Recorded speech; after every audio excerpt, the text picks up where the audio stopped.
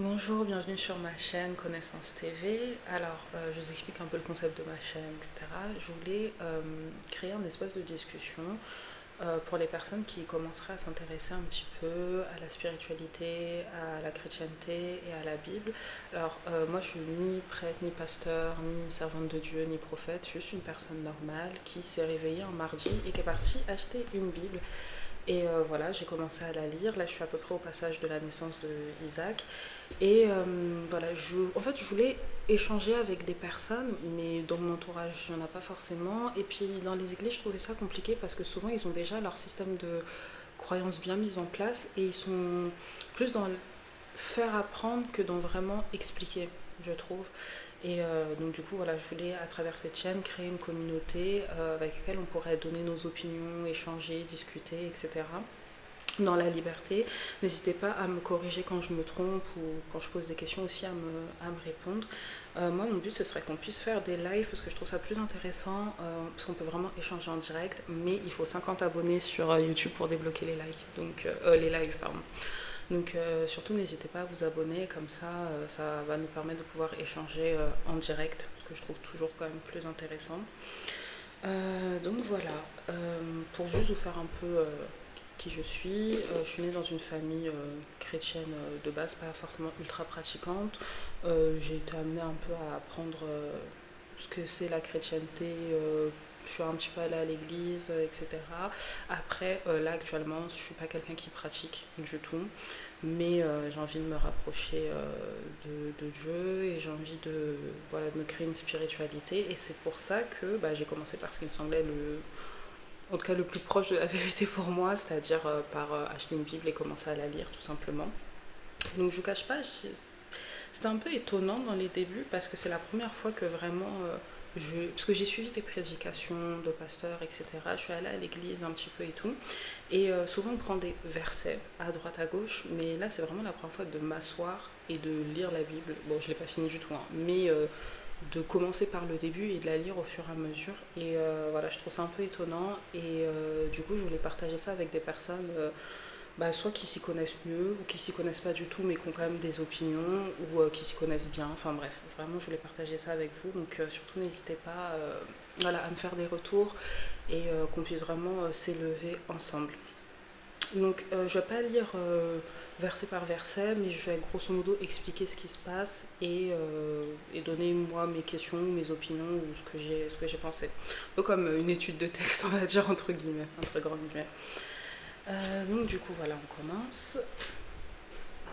Si je dis pas de bêtises, il me semble que c'est Moïse qui a écrit la Genèse. Il me semble, je suis pas sûre. Donc, du coup, voilà, c'est le début, c'est la création de la Terre telle qu'on la connaît, avec le ciel, les mers, la terre, les animaux, les plantes, etc. Donc ça, pendant 5 jours, chaque jour, Dieu crée les plantes, les animaux, la terre, il sépare la mer de la terre, il crée le soleil, la lune, etc. Et au sixième jour, du coup, on nous dit que Dieu crée Adam, le premier être humain. Donc au verset 7, on nous dit: alors le Seigneur Dieu modela l'homme avec la poussière tirée du sol, et il insuffla dans ses narines le souffle de vie, et l'homme devint un être vivant. Donc on nous explique comment Adam a été créé. Après, ce que je trouve dommage, enfin pas dommage, mais c'est que la Bible commence directement en nous disant Dieu créa la terre, etc. Mais on ne nous dit pas pourquoi. Et je sais pas, En fait, quand en général on cherche à comprendre ce qu'on fait sur Terre et tout, bah c'est pourquoi on est là. Donc là, on nous dit pas forcément pourquoi. Peut-être après on nous le dit, mais là on nous dit juste qu'il a créé Adam. Et on nous dit au verset 15, le Seigneur Dieu prit l'homme, donc Adam, et le conduisit dans le jardin d'Éden pour qu'il le travaille et le garde. Donc voilà, on nous dit que Adam était placé dans le jardin d'Éden. Donc moi déjà c'est ma première un peu révélation, je sais pas, mais en tout cas c'est la première chose que j'apprends vraiment parce que je pensais que toute la terre était le jardin d'Éden. Enfin je sais pas, mais j'avais pas trop compris que le jardin d'Éden c'était un endroit spécifique sur la terre. Et, et du coup, qu'Adam, il n'avait pas été créé. Bah, là, si on lit, Adam, il n'a pas été créé dans le jardin d'Éden. Il a été créé et Dieu le conduisit dans le jardin d'Éden. Donc, il a été créé en dehors et on l'a ramené dans le jardin d'Éden. Du coup, qu'est-ce que le jardin d'Éden? On nous l'explique pas trop, on nous le décrit un petit peu plus haut. On nous dit qu'il y a un fleuve qui sortait du jardin d'Éden pour irriguer le jardin, puis qui se divisait en 4 bras, etc. Mais du coup, il y avait à la création de Dieu, il y avait la terre qu'on connaît maintenant, avec les continents, etc. Et sur la terre, il y avait un endroit qui s'appelait le jardin d'Éden. Et voilà. Donc voilà. Ensuite, au verset 16, on nous dit, et donc là c'est le début de la chute, entre guillemets, on nous explique un petit peu comment était le jardin et comment la chute d'Adam et Ève est arrivée. Ah là je crois qu'il n'y a pas encore Ève, Ève c'est après. Donc du coup, au verset 16, le Seigneur Dieu donna à l'homme cet ordre, tu peux manger les fruits de tous les arbres du jardin, mais l'arbre de la connaissance et du bien et du mal tu n'en mangeras pas, car le jour où tu en mangeras, tu mourras. Donc Ève n'a pas encore été créée. Là, c'est juste Adam et du coup, Dieu lui explique que dans le jardin d'Éden, dans lequel il l'a placé, il y a un arbre, l'arbre de la connaissance du bien et du mal, et qu'il ne doit pas en manger car sinon il mourra. Ensuite, on a le... Ah donc, là, c'est le récit de la création de Ève. Du coup, on nous dit que Dieu endort Adam, qui lui retire une côte et que de cette côte, il modèle Ève, la première femme créée par Dieu, tout simplement. Donc voilà, et ensuite, la chute, le récit de la chute, il vient après au chapitre 3, c'est ça qu'on dit? C'est le livre de la Genèse, chapitre 3. Ouais, voilà, c'est ça. Donc au chapitre 3, verset 1, donc je vais juste lire le passage. Le serpent était le plus rusé de tous les animaux des champs que le Seigneur avait fait, et il dit à la femme, alors Dieu vous a vraiment dit, vous ne mangerez d'aucun arbre du jardin? Et la femme répondit au serpent, nous mangeons les fruits des arbres du jardin, mais pour le fruit de l'arbre qui est au milieu du jardin, Dieu a dit, vous n'en mangerez pas, vous n'y toucherez pas, sinon vous mourrez. Le serpent dit à la femme, pas du tout, vous ne mourrez pas, mais Dieu sait que le jour où vous en mangerez, vos yeux s'ouvriront et vous serez comme des dieux, connaissant le bien et le mal. La femme s'aperçut que le fruit de l'arbre devait être savoureux, qu'il était agréable à regarder et qu'il était désirable, cet arbre, puisqu'il donnait l'intelligence. Elle prit de son fruit et en mangea. Elle en donna aussi à son mari qui en mangea. Alors leurs yeux à tous deux s'ouvrirent et ils se rendirent compte qu'ils étaient nus. Ils attachèrent les unes aux autres des feuilles de figuier et ils s'en firent des pagnes. Ok. Donc là, on nous raconte l'histoire du fruit défendu qu'on connaît, je pense tous, hein, même si on n'est pas forcément chrétien, même si on n'a pas lu la Bible. Je pense que ça, c'est une histoire qu'on a. Voilà, c'est dans la culture générale, j'ai envie de dire. Et moi, ma première question, enfin, j'ai plusieurs questions sur ce passage. La première, c'est où était Dieu? Genre, ça peut paraître bête, mais Dieu, il est censé être omniscient, omniprésent, omnipotent. Donc, au moment où le serpent commence à parler à Ève, etc., où il est pour l'en empêcher, ou alors peut-être qu'il part du principe que comme j'aurais donné le libre arbitre, je vais la laisser voir ce qu'elle va dire. Mais voilà, c'est ma première question. Ensuite, si on revient un petit peu juste avant sur quand Dieu place Adam dans le jardin d'Éden et qu'il lui dit tu peux manger les fruits de tous les arbres du jardin mais pas l'arbre de la connaissance du bien et du mal, je me demande du coup pourquoi il le place là. Pourquoi il le place là? Pourquoi il met un arbre en plein milieu qu'on ne peut pas toucher? Pourquoi il laisse le serpent parler à Ève? Ce serpent, il sort d'où? Je crois qu'après, plus tard, on nous dit que le serpent... Alors, je ne sais pas si c'est une interprétation des pasteurs ou si c'est vraiment dit dans la Bible, je ne suis pas encore arrivée à ce moment-là, mais où on nous dit que le serpent que l'esprit du diable était dans le serpent. Mais du coup, sinon, ce serpent, il sort d'où? Est-ce qu'à cette époque-là, les animaux pouvaient parler aux hommes? Donc, est-ce que c'est pour ça que Ève, du coup, elle n'était pas choquée qu'un serpent lui parle? Où était Dieu? Pourquoi il a mis cet arbre en fait en plein milieu? En fait, j'ai beaucoup de questions et c'est pas des questions pour blasphémer ou quoi que ce soit, mais c'est pour vraiment comprendre, parce qu'on doit, on doit rien, mais on est censé croire en la Bible, croire en Dieu chrétien en tout cas. Mais je veux vraiment comprendre. En fait, qu'est-ce qui s'est passé? Est-ce qu'il y a des parties, je sais pas, qui n'ont pas été retranscrites? Parce que En fait, le serpent, il arrive comme ça. Il commence à parler à Ève. Il l'amadoue, en fait, il la manipule un petit peu pour qu'elle mange du fruit en lui disant mais non, tu vas pas mourir, t'inquiète pas. En gros, ce que Dieu lui raconte, c'est du n'importe quoi. Si t'en manges, tu verras, tu vas connaître le bien et le mal. Mais d'où il sort ce serpent, voilà. Ensuite, une autre. En fait, c'est des points de réflexion que je pose. Hein, donc, vraiment, ne vous vexez pas, ne commencez pas à dire blasphème, etc. C'est vraiment des points de réflexion pour qu'on puisse échanger parce que je trouve ça important. Donc, du coup, mon autre réflexion, c'est cet arbre de la connaissance du bien et du mal. Donc, déjà, j'ai demandé qu'est-ce qu'il faisait là, mais oui, qu'est-ce qu'il fait là en fait? Pourquoi il y a l'arbre de la connaissance du bien et du mal? Alors, certains diront que peut-être c'est spirituel, que c'était pas vraiment un arbre, etc. Mais donc du coup, si vous avez des idées un peu pour nous expliquer que c'est pas vraiment physique mais plus spirituel, bah, je suis preneuse pour essayer de comprendre. Donc voilà. Ensuite, au verset 8, on nous dit ils entendirent la voix du Seigneur qui se promenait dans le jardin à la brise du jour.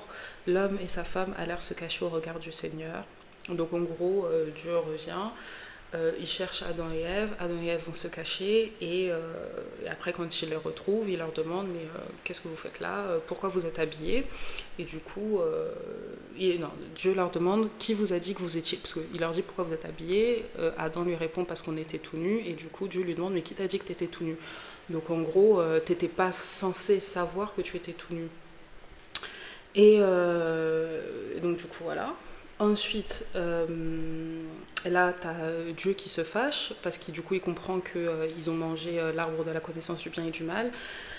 Et il leur dit, alors, verset 14 du chapitre 3, toujours, alors le Seigneur dit au serpent... Oh non, ça c'est la partie du serpent.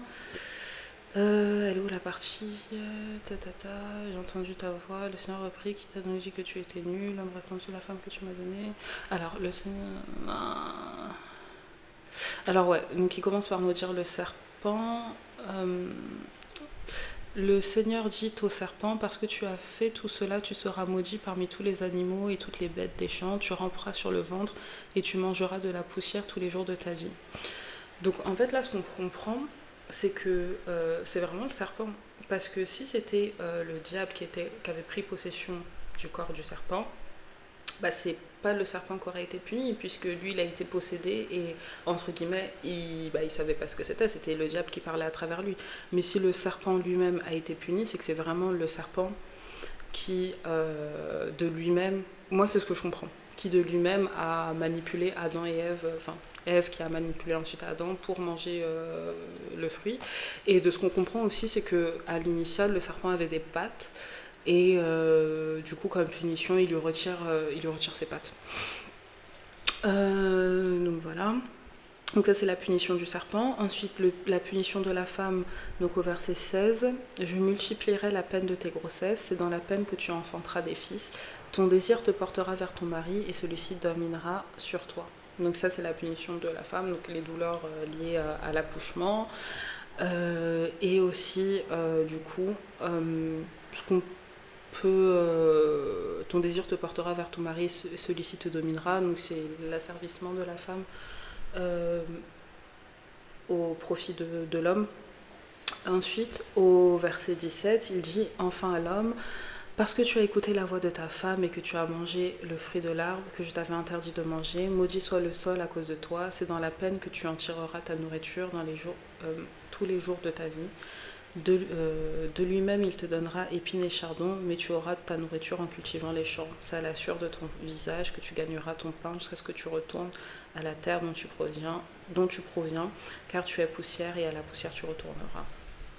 Donc là c'est les malédictions de l'homme. Donc en gros il faut travailler d'arrache-pied pour pouvoir te nourrir, que la terre elle sera maudite, qu'elle produira des épines et des chardons, et que toute la nourriture que tu auras, ce sera à la sueur de ton front. Donc ça, je pense que c'est assez connu.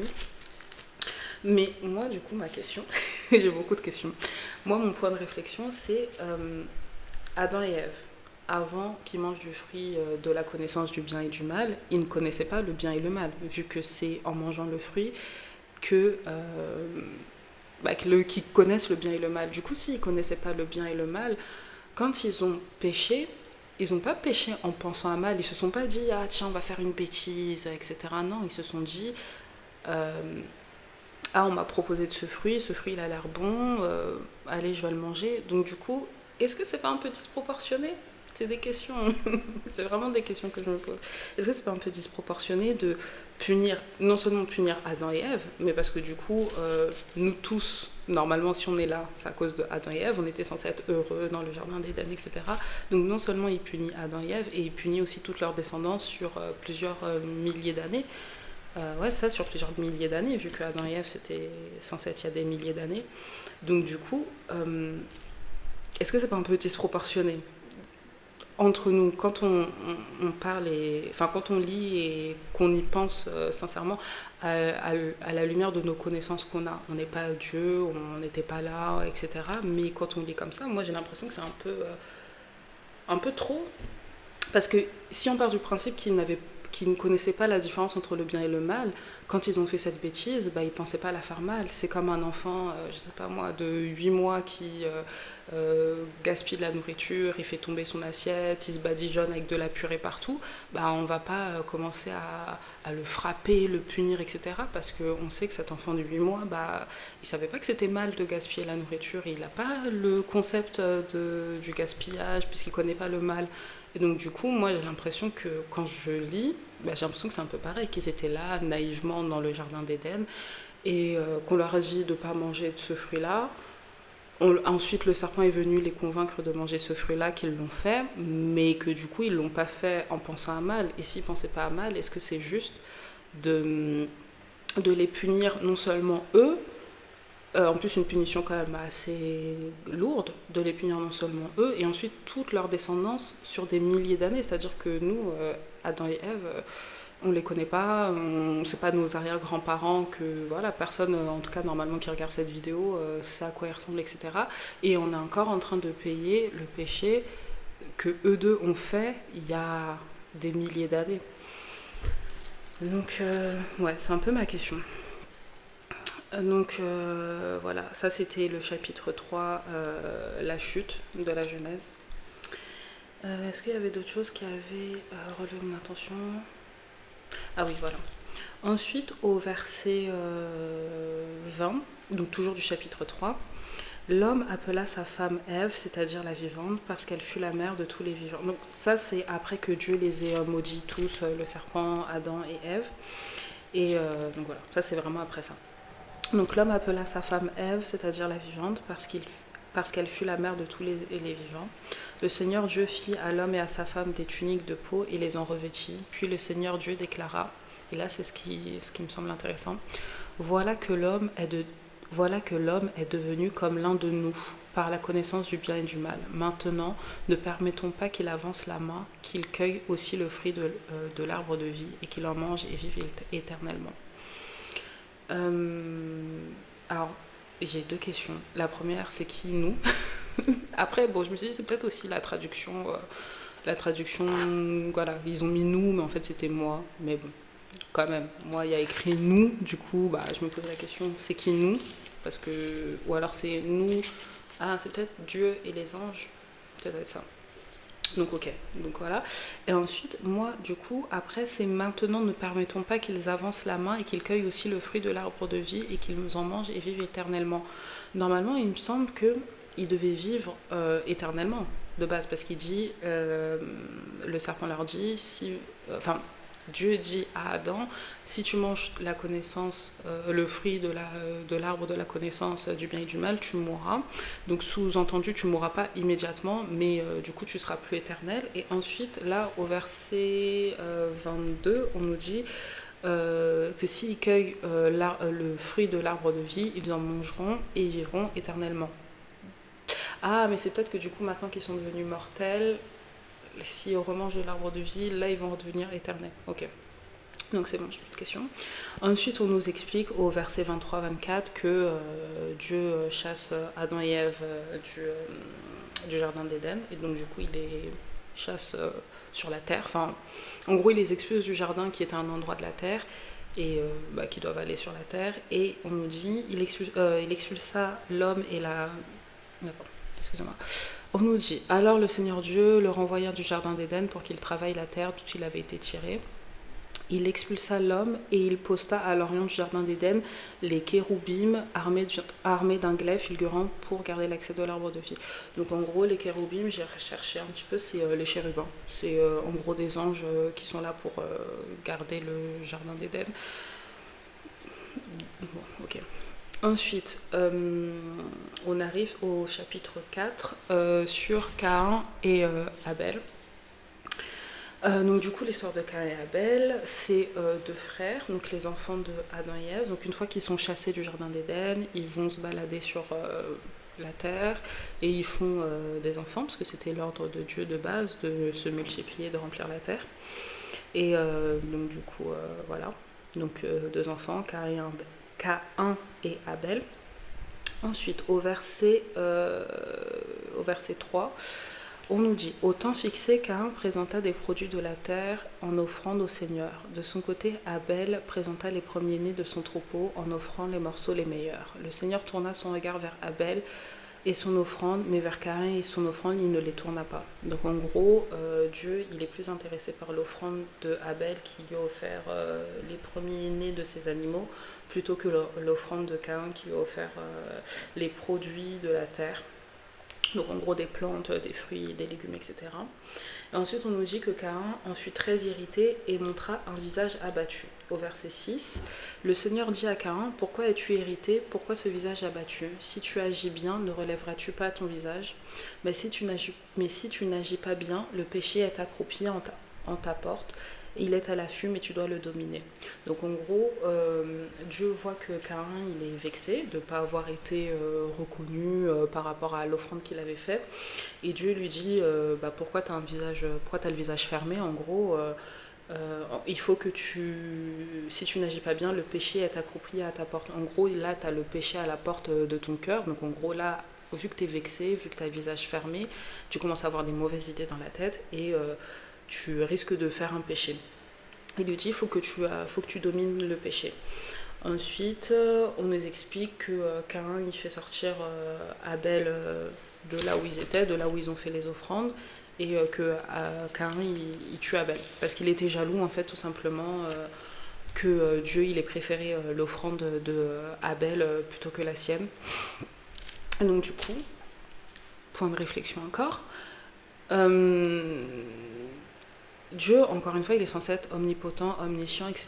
Ok, il nous a donné le libre arbitre, mais moi, un jour j'étais à l'église quand j'étais jeune, je crois que j'avais 15-16 ans, je parlais avec les dames là, qui font apprendre la Bible, et elles m'avaient expliqué que, en gros, malgré qu'on ait le libre arbitre, Dieu il connaît chacune des voies par exemple quand on a le libre arbitre, c'est qu'on a le choix entre A et B, et c'est qu'il sait que A, si tu choisis A, ça va te mener à là, si tu choisis B, ça va te mener à là, etc. Maintenant, il sait que... déjà, franchement, je vais dire les choses honnêtement comme je le pense. Le côté, oui, Dieu, il préfère comment ça s'appelle, l'offrande de Abel plutôt que celle de Caïn, etc., qu'il ne tourne pas vers l'offrande, il ne tourne pas les yeux vers l'offrande de Caïn. C'est normal qu'il soit vexé. Enfin, je suis désolée, on est humain, comme Caïn, comme Abel, on a des émotions. Si tu fais un travail que tu présentes à ton patron, et que le patron, il s'y intéresse pas plus que ça, ou en tout cas qu'il te félicite pas, etc., il y a de grandes chances que tu sois vexé. Donc, en fait, je suis désolée, prenez pas ça pour un blasphème, c'est vraiment des points de réflexion que je me pose pour qu'on puisse s'élever ensemble. Est-ce que Dieu, c'est pas un instigateur dans cette histoire? Je sais que ça risque d'être très mal perçu, mais essayons d'avoir l'esprit ouvert, et même si la réponse c'est non, c'est pas un instigateur, qu'on puisse développer pourquoi c'est pas un instigateur, parce que tu as deux personnes qui lui présentent des offrandes. Alors, on ne sait pas si Caïn il avait présenté l'offrande avec le mauvais cœur, ou si voilà, on ne sait pas. En tout cas, moi c'est pas écrit. Peut-être si vous avez des versions plus complètes, moi c'est pas écrit. On me juste dit que Caïn il présente des options, que Abel il en présente il présente aussi des offrandes. que Dieu il s'intéresse plutôt à celle de Abel, bah je sais pas, c'est pas très juste. Enfin, moi j'ai pas d'enfants, mais les gens qui ont des enfants, s'ils félicitent plus un des enfants que l'autre, bah on va tous dire c'est pas très juste pour le deuxième enfant qui a pas été félicité. Je sais pas, et après on peut pas. Je sais pas. En tout cas, moi je trouve ce passage, en fait, quand j'ai lu, je me suis dit, c'est quand même un peu. C'est pas très. En fait, c'est pas très gentil envers Cain. Il avait pas le droit de tuer son frère, ça on est d'accord. Mais c'est pas très gentil en fait. Il fait une offrande, on reconnaît pas trop son offrande. Après, quand il est vexé, Dieu lui dit bon, pourquoi t'es vexé. Ne laisse pas le péché rentrer dans ton cœur. Donc là, il essaye de désamorcer la situation. Mais je pense que le mal était déjà fait, il était déjà vexé et il entendait. En tout cas, il était plus à même d'entendre.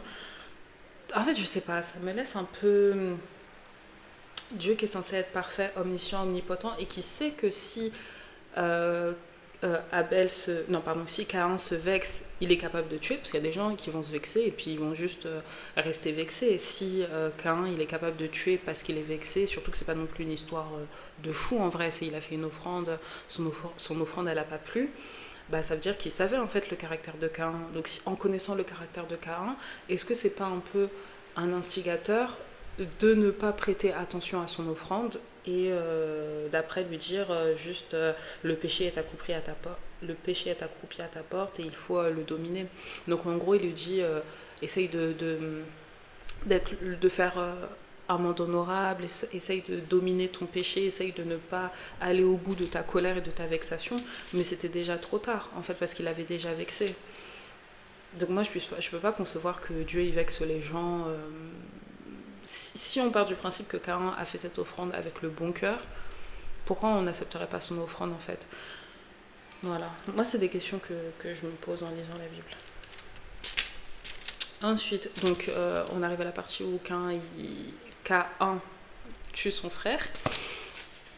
Ensuite, le Seigneur dit à Caïn, où est ton frère? Caïn lui répond, je ne sais pas, suis-je le gardien de mon frère? Et le Seigneur reprit, qu'as-tu fait? La voix du sang de ton frère crie de la terre vers moi. Maintenant donc, sois... Pardon. Donc, Dieu dit à Caïn, ok, donc tu as tué ton frère. Maintenant, il le maudit.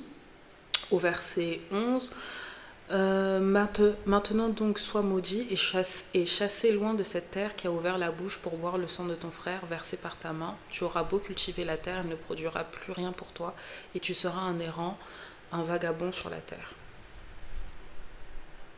Donc là, c'est le salaire de Caïn pour avoir tué Abel. Il est maudit. On le chasse de la terre. Et en gros, on lui dit que la terre ne produira plus rien de bon pour lui.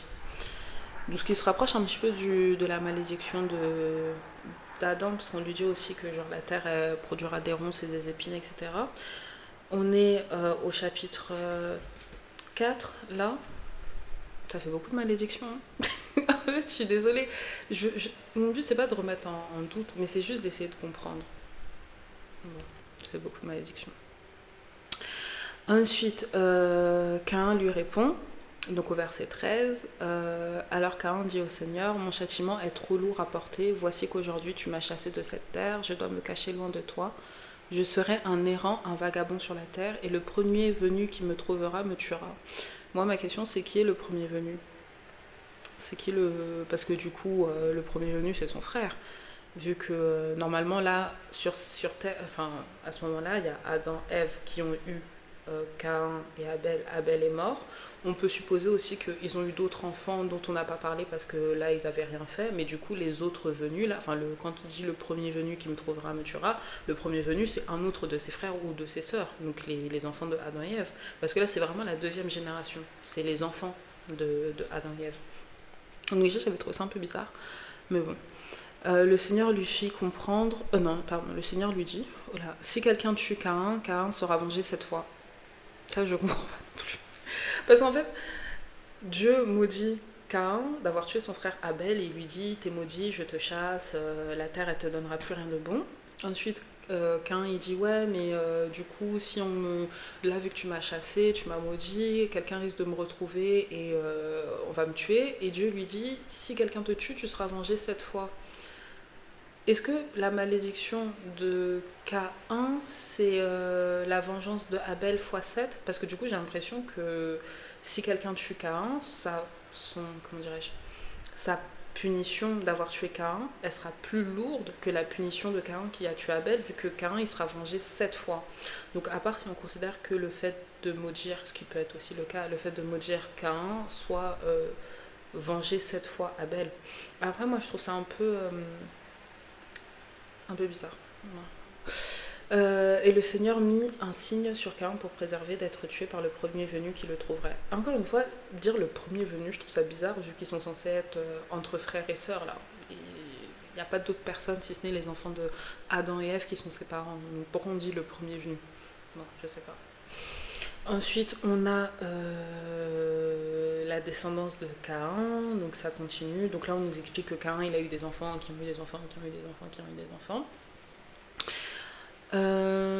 Ensuite, dans les enfants des enfants qui ont eu des enfants qui ont des enfants, il y en a un qui s'appelle Lamech, et je crois que c'est peut-être la 7e génération, bref, en tout cas je sais pas, c'est des enfants qui ont eu des enfants, donc un descendant de Caïn, et qui dit à sa femme, donc Lamech, qui dit à sa femme, en gros j'ai tué des gens, j'ai fait du mal, donc au verset 23, pour une blessure j'ai tué un homme, pour une meurtrissure un enfant. Et il dit au verset 24, Caïn sera vengé 7 fois et Lamech 77 fois. Ça, j'ai pas trop compris non plus. Pourquoi en gros, si tu tues quelqu'un, et qu'on te fait du mal, tu seras vengé alors que c'est toi qui as fait du mal à la personne. Bon, je sais pas, j'ai pas compris. Ensuite, on nous dit que au verset 25, que Adam, il a eu encore d'autres enfants avec Ève, un enfant notamment qui s'appelle Seth. Donc c'est pour ça que je me dis c'est bizarre parce que au verset, on est dans le livre 4. Dans le livre 4 pardon, au verset 14, quand Caïn il parle à Dieu, il lui dit le premier venu qui me trouvera me tuera. Donc sous couvert, il y a plein de personnes sur terre. Mais après, au verset 25, on nous dit Adam s'unit encore à sa femme, donc Ève, et elle mit au monde un fils.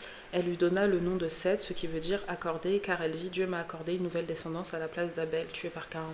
Donc c'est comme s'il n'y avait pas non plus beaucoup d'enfants. Enfin, je sais pas. En fait, est-ce qu'il y a beaucoup de monde sur cette terre à ce moment-là, ou est-ce qu'il n'y en a pas? Je sais pas. Ensuite, là on nous fait donc le chapitre 5, c'est les enfants, des enfants, des enfants, des enfants, jusqu'à arriver à Noé. Donc on nous dit que Adam il a eu un enfant, qui a eu un enfant, qui a eu un enfant, qui patati patata. Et ensuite on nous dit que Lamech, donc en fait le Lamech là qui a dit qu'on vengera 77 fois parce qu'il a tué quelqu'un, c'est lui le père de Noé. Au verset 28, Lamech vécut 182 ans, puis il engendra un fils, il l'appela du nom de Noé en disant celui-ci nous soulagera de nos labeurs et de la peine qu'imposent nos mains à un sol maudit par le Seigneur. Après avoir engendré Noé, Lamech vécut encore là. Bref. Ensuite, on nous dit que Noé, il a eu 3 enfants, Sem, Cham et de Japheth à l'âge de 500 ans. À cette époque-là, je crois que les humains, ils vivaient beaucoup plus longtemps que nous, parce que 500 ans pour nous, voilà. Ensuite, le chapitre 6, c'est la partie du déluge. Donc en gros, sur la terre, il y avait beaucoup de gens qui faisaient beaucoup de... Ah non, attendez, il faut que je lise, parce que ça c'est important. Donc on est au chapitre 6, verset 1. Quand les hommes commencèrent à se multiplier sur la terre, ils eurent des filles. Les fils des dieux s'aperçurent que... Je reprends. Quand les hommes commencèrent à se multiplier sur la terre et qu'ils eurent des filles, les fils des dieux s'aperçurent que les filles des hommes étaient belles. Ma question c'est qui c'est Dieu? Parce que... En fait, au début quand j'ai lu, je me suis dit peut-être c'est la traduction, en fait ils voulaient dire ange. C'était ange, mais ils ont traduit par Dieu. Mais sauf que après ça, dans d'autres passages que j'ai lus, on disait ange, par exemple, Dieu envoya son ange faire ceci, ceci. Donc là, en fait, pourquoi on a traduit par Dieu si on voulait dire ange? Parce que c'est 2 mots différents qui ont 2 significations différentes. Un ange, c'est un subalterne, entre guillemets, de Dieu, mais des dieux, c'est des dieux. Donc en fait, c'est qui ces dieux? Ils sortent d'où? Et puis en plus, ils étaient où pour vous? Enfin, ils étaient où? Ils étaient dans le ciel, ok, mais les dieux, c'est censé être des. Enfin, les dieux et les anges, etc., c'est censé être des êtres spirituels, qui n'ont pas de chair, qui n'ont pas d'enveloppe charnelle, voilà. Donc du coup, quand ils s'aperçoivent que les filles des hommes, elles sont belles, comment ils ont envie de s'unir à elles? Parce qu'ils sont pas censés avoir de chair, ils sont pas censés être charnels, ils sont censés être dans le spirituel. Donc comment t'es un être spirituel, mais t'es tellement bas que tu penses à aller t'unir à des femmes charnelles? Je sais pas si vous voyez ce que je veux dire. En fait, moi, quand j'ai lu ça, je me suis vraiment dit, mais c'est bizarre en fait. Genre, déjà, qui sont ces dieux? Ils sortent d'où? Et comment des êtres spirituels qui sont censés être.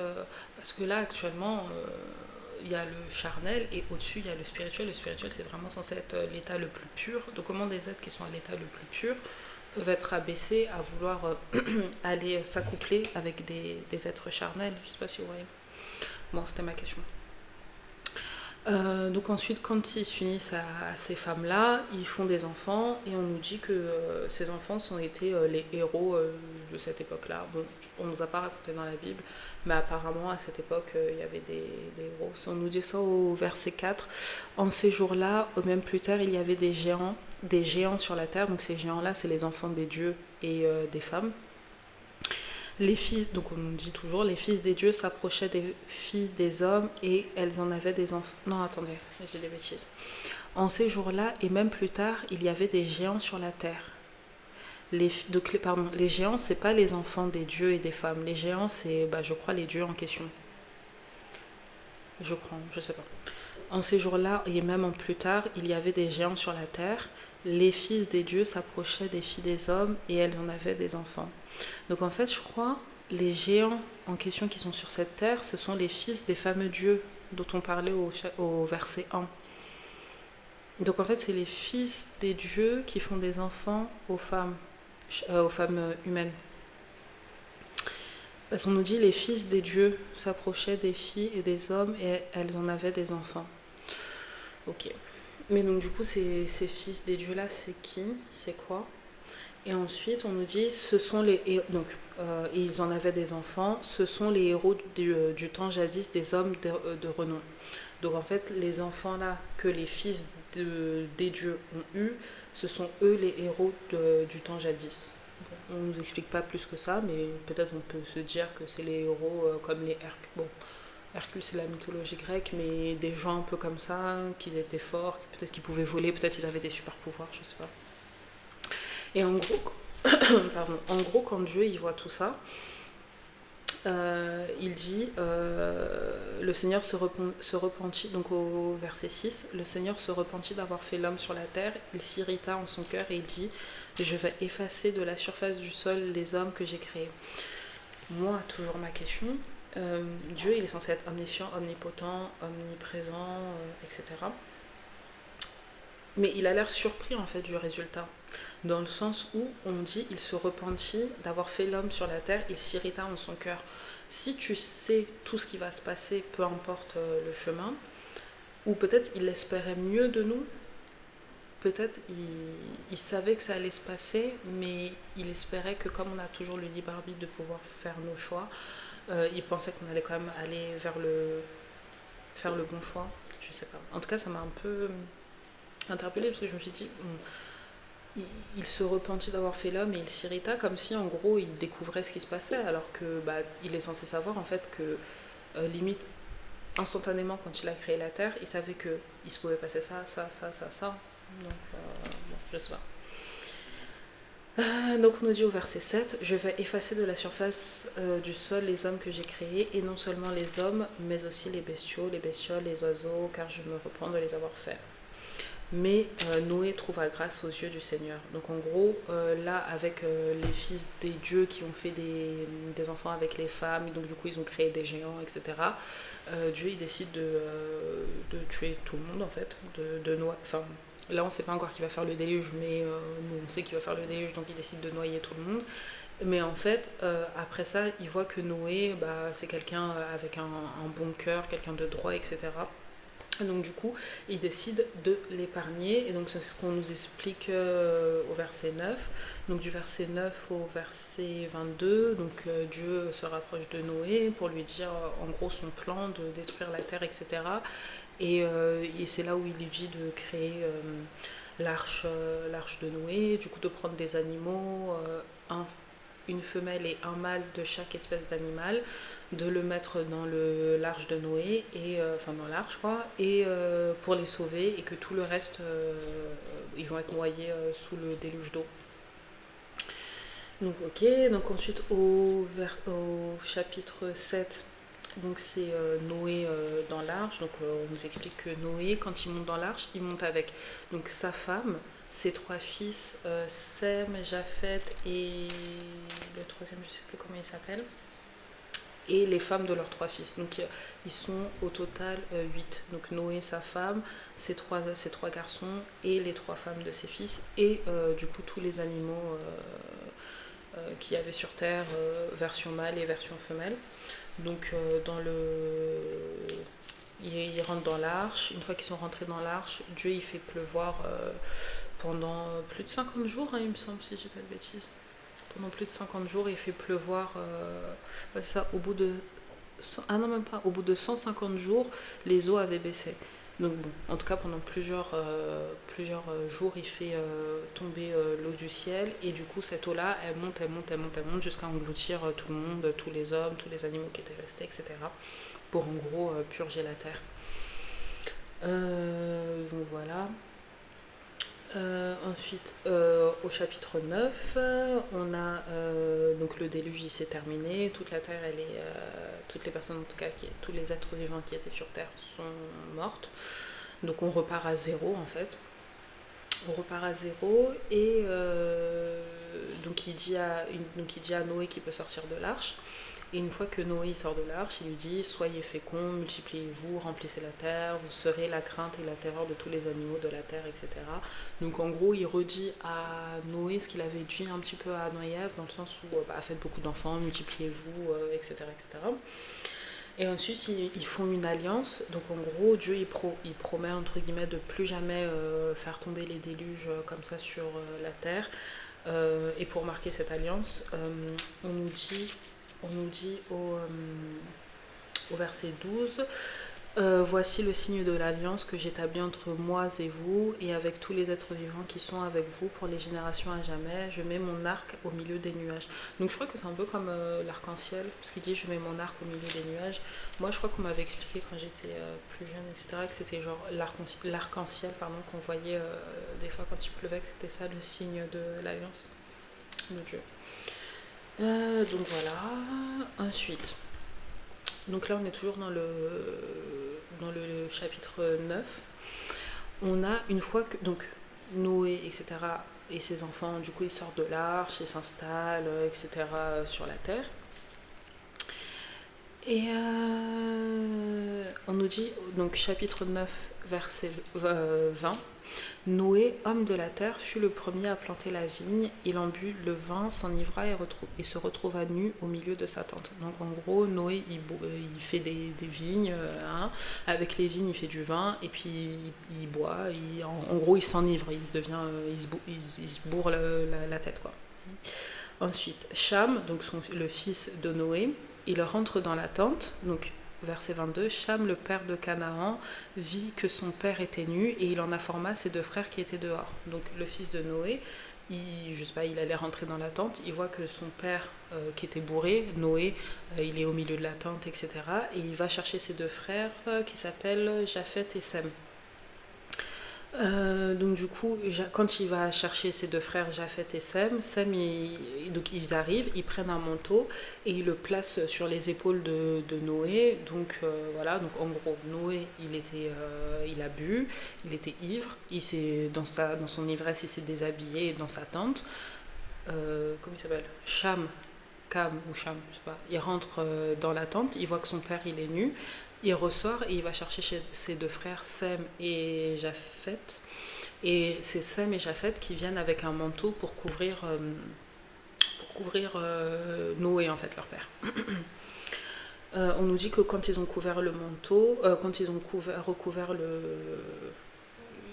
Noé avec le manteau, ils marchaient à reculons pour pas voir la nudité de leur père. Voilà. Ensuite, Noé ayant cuvé son vin, donc ça on suppose peut-être que c'est le lendemain ou en tout cas plusieurs heures plus tard, donc au verset 24. Noé ayant cuvé son vin se réveilla et apprit ce que avait fait son plus jeune. Il dit: Maudit soit Canaan, il sera pour ses frères l'esclave des esclaves. Et il ajouta: Béni soit le Seigneur, le bon Dieu de Sem, que Canaan soit son esclave, que Dieu mette Japheth au large, qu'il demeure dans les tentes de Sem, et que Canaan soit son esclave. Et là, ça m'a interpellée. Parce que, en gros, quand on écoute la scène, Noé, il boit. Dans son ivresse, il se déshabille. Son fils, Cham, il rentre dans la tente. Il voit que Noé, il est nu. Son père, donc du coup, il voit que son père, il est nu. Il ressort. Il va chercher ses deux frères. Ses deux frères, ils arrivent. Ils le couvrent avec un manteau. Tout le monde va se coucher. Le lendemain, quand Noé, il a cuvé son vin, il se réveille et il maudit son fils, Cham, qui était venu, qu'il avait vu nu, en fait, quand il était ivre.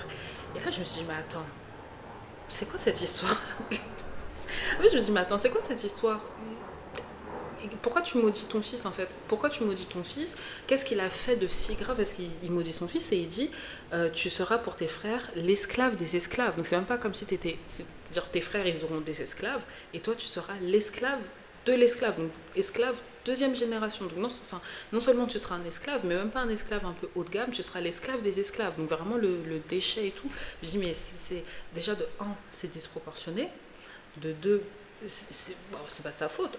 Encore une fois, moi, je vois pas le passage où on a dit que Cham, il était rentré se moquer de son père, il avait fait exprès de rentrer voir Noé tout nu, etc. Peut-être dans certaines versions qui sont peut-être un peu plus complètes, je sais pas, on détaille l'état d'esprit de Cham quand il était rentré voir son père nu dans la tente, mais là on nous dit juste il voit que son père était nu et qu'il appelle ses frères. Maintenant, bah, à la lumière de ça, c'est totalement disproportionné de le maudire en mode tu seras l'esclave des esclaves. Et puis, genre de bénir tes autres enfants, Sem et Japheth. Si tu étais ivre et que tu étais nu, c'était de ta faute en fait. Déjà, je suppose normalement que c'est un péché de boire au point de s'enivrer. En tout cas, peut-être qu'à cette époque-là, c'était pas un péché, mais c'était pas quelque chose de bien. Et quand bien même si c'était pas quelque chose de très mal, bah en fait, dans ton ivresse, t'as un peu perdu le fil de ce que tu faisais, tu t'es déshabillé, etc. C'est pas ton fils de là à le maudire. En fait, j'ai trouvé ça très disproportionné. Et surtout après, quand j'ai réfléchi, je me suis dit, mais en fait, Noé, c'était censé être la meilleure personne. C'est-à-dire que les autres là qui ont été tués dans le déluge, mais ils étaient vraiment... ça devait vraiment être des gens sans âme, sans foi, sans une once de gentillesse. Si la meilleure personne que Dieu a trouvée à sauver, c'est Noé qui, à la première occasion venue, maudit son fils parce que son fils l'a vu nu alors que lui-même était ivre. Je sais pas. Vraiment, je sais pas. Ça m'a un peu... Vraiment, je sais pas. Je me suis posé des questions en fait quand j'ai vu ça. Donc, voilà. Ensuite, bon, après ça, c'est pas... Là, Dieu, il intervient pas dans cette histoire. On nous dit pas que Dieu a dit à Noé de se calmer ou quoi que ce soit. On dit juste que Noé, il a maudit son fils Cham parce qu'il l'avait vu nu et qu'il a béni ses autres enfants, tu seras le Seigneur, etc. Mais je trouve que même dans la bénédiction de ces deux autres enfants, du coup, Sem et Japheth, c'est comme s'il y avait un lien de... Parce il dit à Sem, béni soit le Seigneur, le Dieu de Sem, que Canaan soit son esclave. Okay. Ensuite, il dit que Dieu mette Japheth au large, qu'il demeure dans les tentes de Sem et que Canaan soit son esclave. En gros, il dit à son frère Sem, béni sois-tu, ok, et ensuite il dit à Japheth que tu vas demeurer dans les tentes de Sem, les tentes, dans une tente, voilà, une habitation, une tente. Donc du coup, je me suis dit, un peu bizarre, en gros, pourquoi Japheth il resterait dans les tentes de Sem? Pourquoi? Bon, on sait pas. Ensuite, on nous dit qu'après le déluge, Noé il a vécu encore 350 ans, etc., etc. Ok, je m'arrête là pour ma première vidéo. On reprendra un peu plus tard sur le reste. Donc voilà, encore une fois, n'hésitez pas à commenter ce que vous pensez, vos opinions, etc. sur ce que je viens de dire. Corrigez-moi au moment où je me trompe. Apportez-moi les informations au moment où, voilà, si je dis des choses qui ne sont pas correctes. Euh, Abonnez-vous s'il vous plaît, comme ça on pourra, à 50, on pourra faire des lives. Et les lives, on pourra vraiment parler en direct. Donc du coup voilà, je vais laisser aussi mon adresse mail en barre d'infos, comme ça si vous voulez m'envoyer un mail pour qu'on fasse, on s'appelle au moment de la vidéo, comme ça on peut échanger en live avant d'avoir du coup le live sur YouTube. Donc du coup voilà, encore une fois, je suis ni prêtre, ni servante de Dieu, ni prophétesse, ni pasteur, ni quoi que ce soit. Je suis juste une personne qui s'est levée, qui a acheté une Bible et qui a commencé à la lire et qui partage mes idées et mes opinions. Voilà. Donc moi, mon but, c'est qu'on puisse échanger nos connaissances pour nous élever et pour essayer de comprendre mieux ce que Dieu attend de nous et ce que on doit faire en tant qu'être humain sur cette terre. Merci. Bonne journée. Au revoir.